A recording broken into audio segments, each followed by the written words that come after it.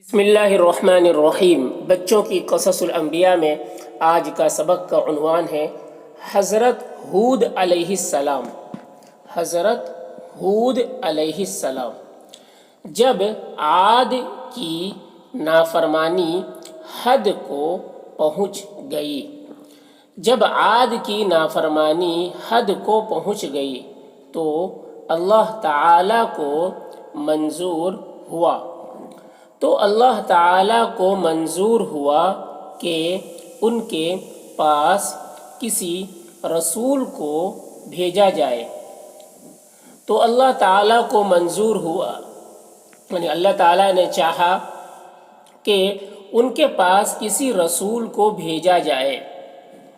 اللہ تعالیٰ اس کو کب پسند کرتا ہے؟ اللہ تعالیٰ اس کو کب پسند کرتا ہے کہ اس کے بندے کفر و شرک پر کمر باندھ لیں کفر و شرک پر کمر باندھ لیں۔ کمر باندھنے مطلب کفر و شرک میں مبتلا رہے، کرتا رہے اور اس کو بالکل کمر میں باندھ لے، یعنی اس سے باز نہ آئے۔ کفر و شرک پر کمر باندھ لیں، اس کو بھول جائیں اور پتھروں کو اپنا معبود سمجھ لیں، پھر اس کی کمزور اور غریب مخلوق پر ظلم و زیادتی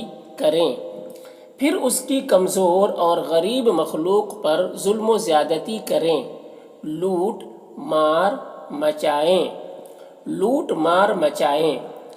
عاد تو اپنی عقلیں کھو چکے تھے، وہ اپنی عقلیں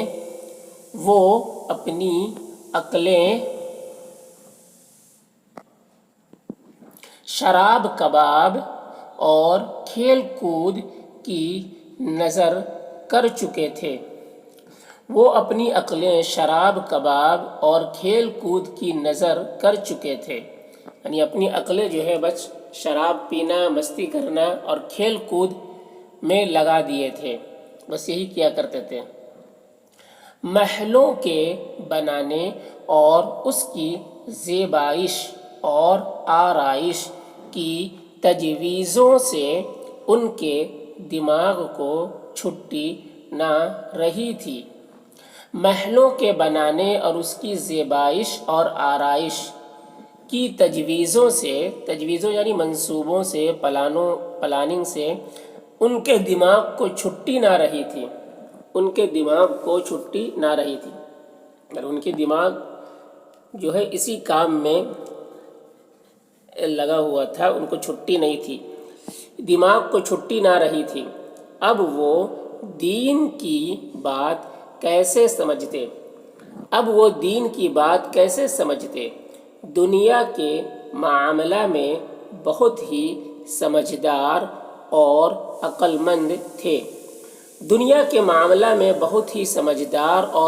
مند تھے، اور دین کے معاملہ میں بیوقوف اور غبی سے زیادہ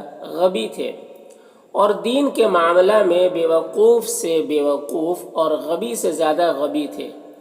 غبی یعنی کند ذہن، ان کا ذہن نہیں چلتا تھا۔ اس بیوقوفی اور حماقت کی حد یہ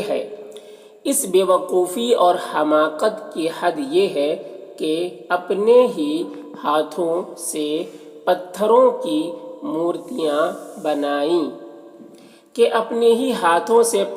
کی مورتیاں بنائیں اور ان کو خدا سمجھ لیں۔ اور حد یہ ہے کہ اپنے ہی ہاتھوں سے پتھروں کی مورتیاں بنائیں اور ان کو خدا سمجھ لیں، تاکہ ان کے آگے سجدہ کریں، ان سے اپنی مرادیں مانگیں، ان سے اپنی مرادیں مانگیں اور ان کی عبادت کریں، اور ان کی عبادت کریں۔ اللہ تعالیٰ کو منظور تھا، اللہ تعالیٰ کو منظور تھا کہ جو رسول ان کی طرف بھیجا جائے، کہ جو رسول ان کی طرف بھیجا جائے وہ انہی کے خاندان سے ہو، وہ انہی کے خاندان سے ہو، تاکہ یہ ان کی بات سمجھ سکیں، تاکہ یہ ان کی بات سمجھ سکیں اور ان سے مانوس ہوں، اور ان سے مانوس ہوں۔ مانوس یعنی ان سے گھلے ملے ہو، کوئی ایسا نہیں کہ کوئی اجنبی شخص آ گیا ہو، ان کو جانتے نہ ہو، اور ان سے مانوس ہوں۔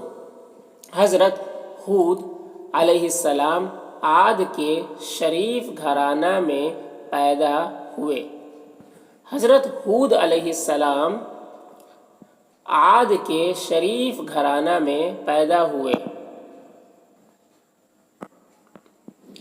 اور وہیں بڑھے اور پلے، اور وہیں بڑھے اور پلے۔ حضرت ہود علیہ السلام کی نیکی اور عقل مندی کو سب جانتے اور مانتے تھے، حضرت ہود علیہ السلام کی نیکی اور عقل مندی کو سب جانتے اور مانتے تھے۔